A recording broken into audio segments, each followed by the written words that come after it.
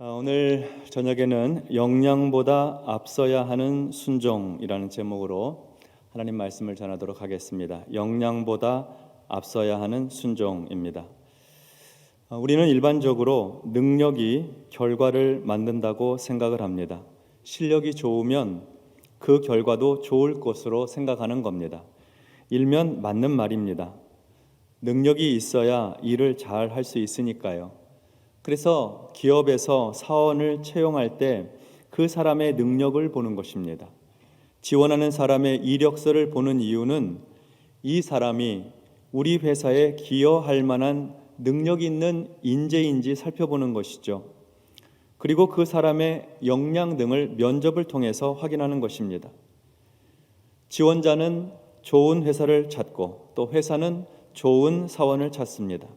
그리고 그 사이에는 능력이 결과를 만든다 하는 일반적인 생각이 공통 분모로 자리 잡고 있는 것 같습니다.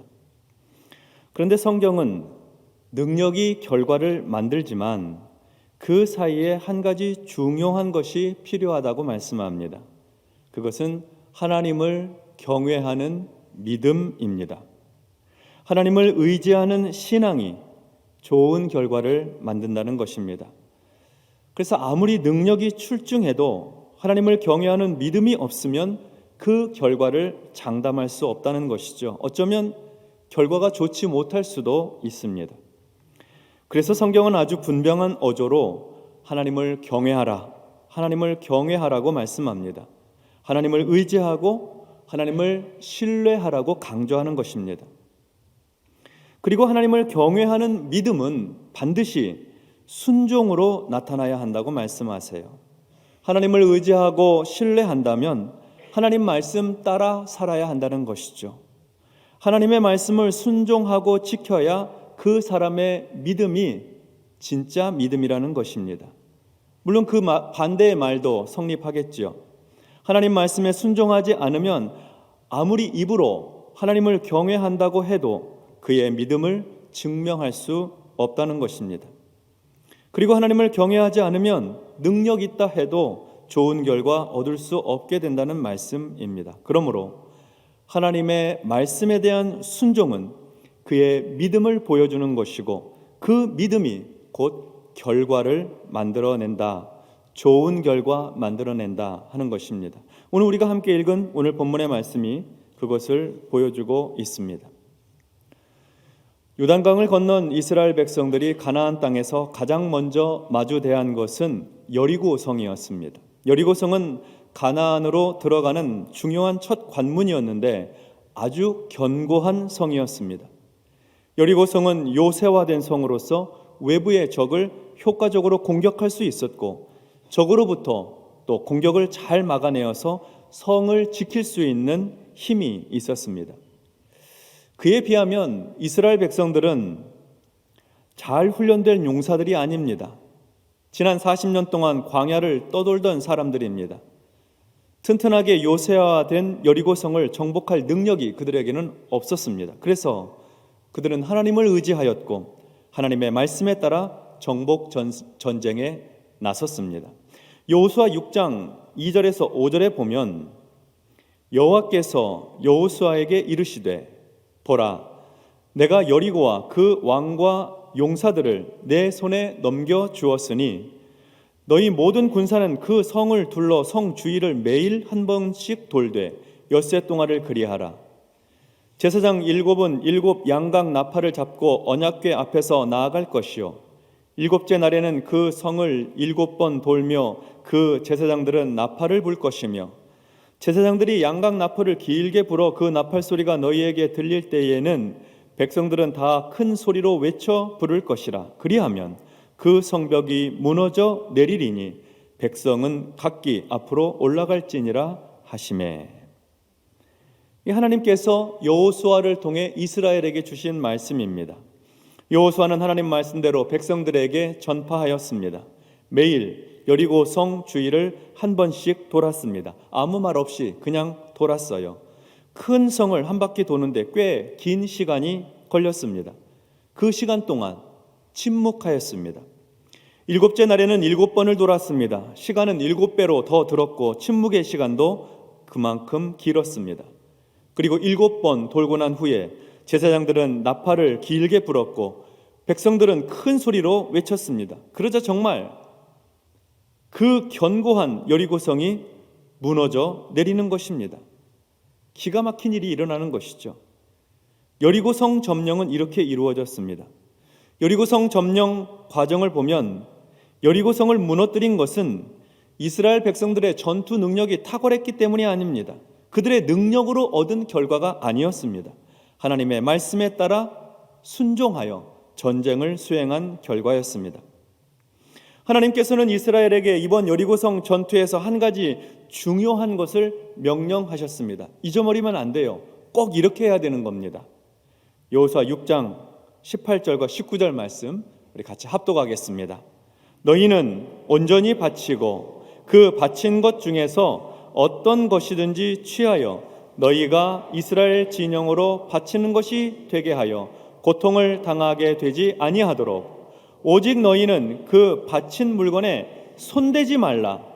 은, 금과 동철 기구들은 다 여호와께 구별될 것이니 그것을 여호와의 곳간에 드릴지니라 하니라. 아멘.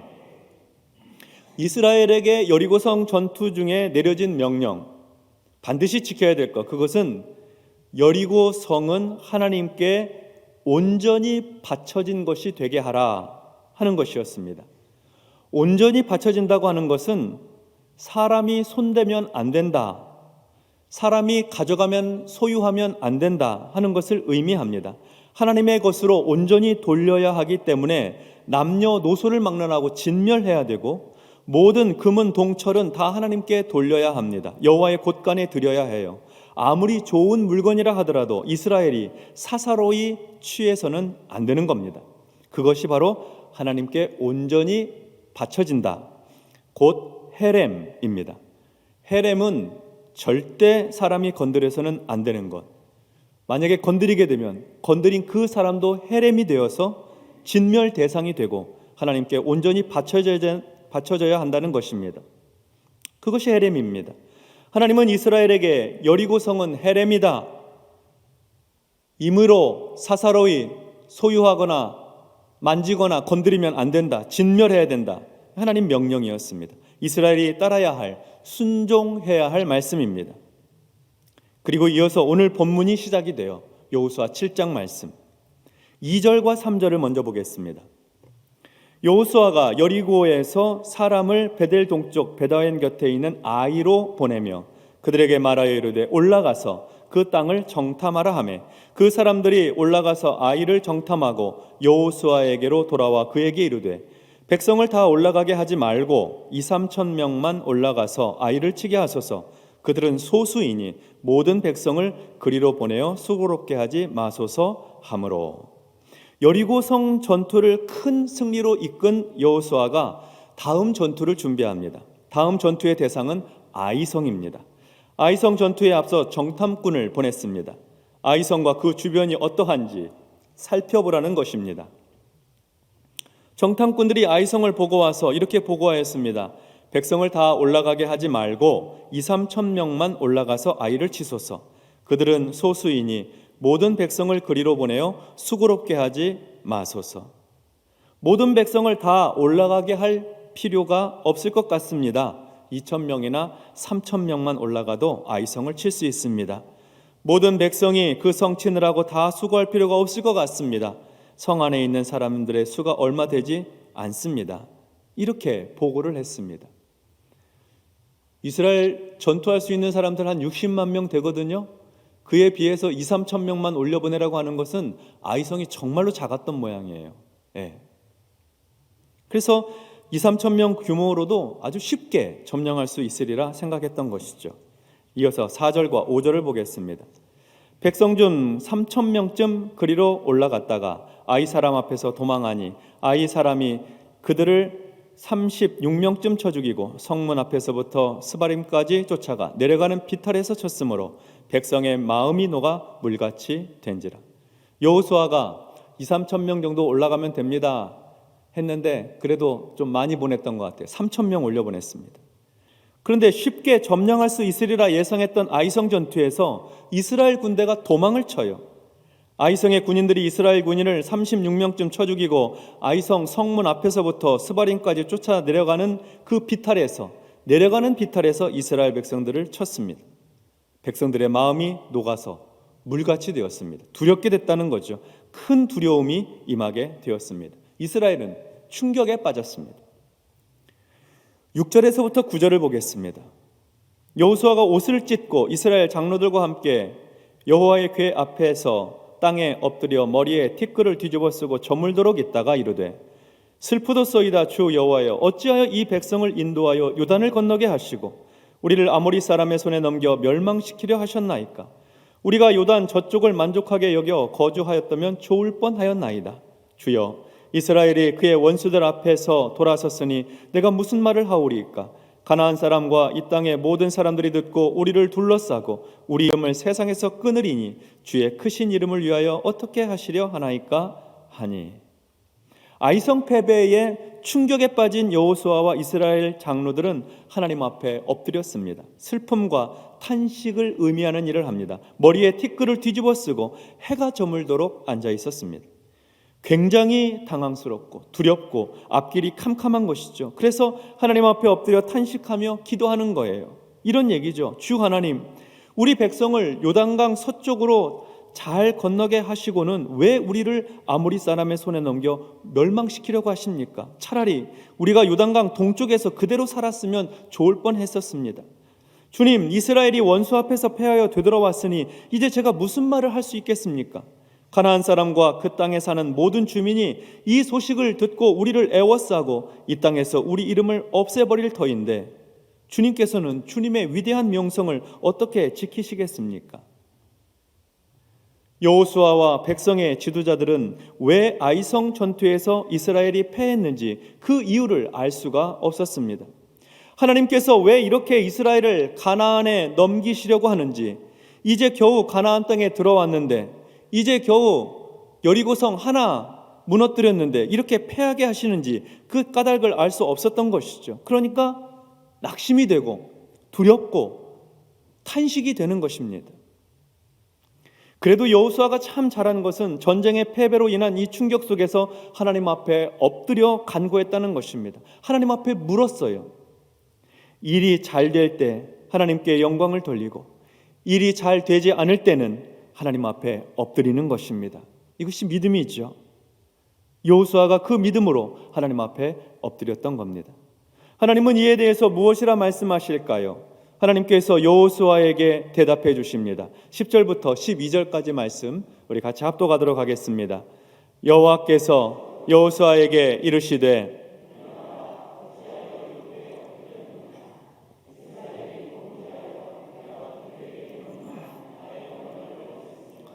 또한 그들이 온전히 바친 물건을 가져가고 도둑질하며 속이고 그것을 그들의 물건들 가운데 두었느니라.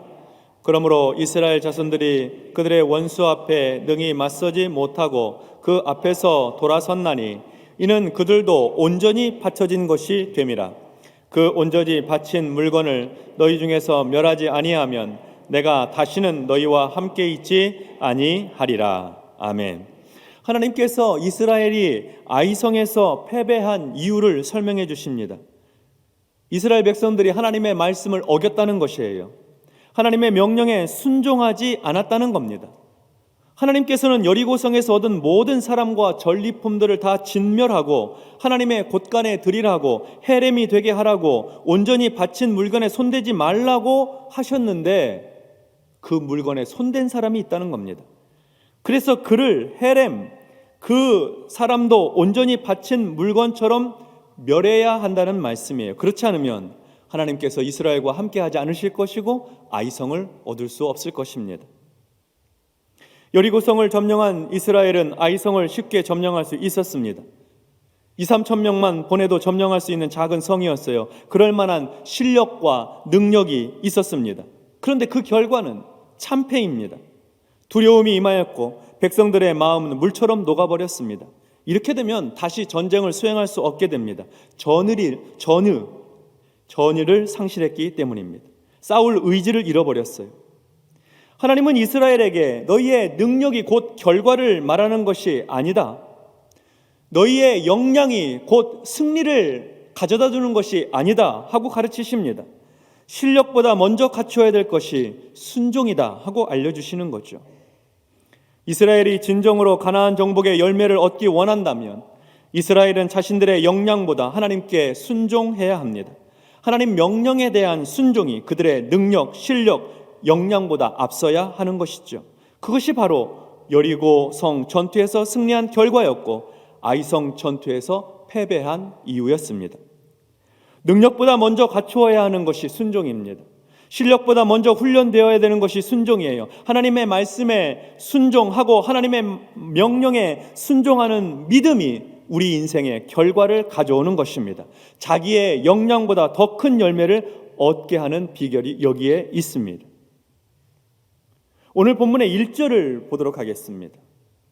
이스라엘 자손들이 온전히 바친 물건으로 말미암아 범죄하였으니 이는 유다지파 세라의 증손 삽디의 손자 갈미의 아들 아간이 온전히 바친 물건을 가졌습니다. 여호와께서 이스라엘 자손들에게 진노하시니라.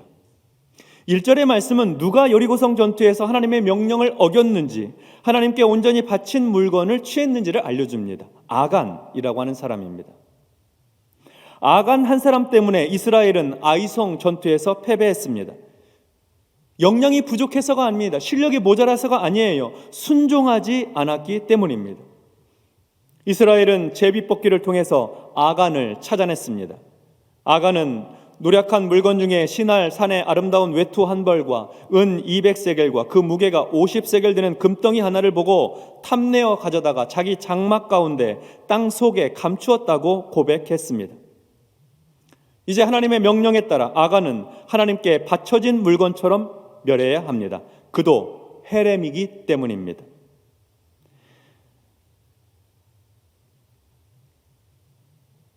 (24절부터) 26절까지의 말씀을 보겠습니다.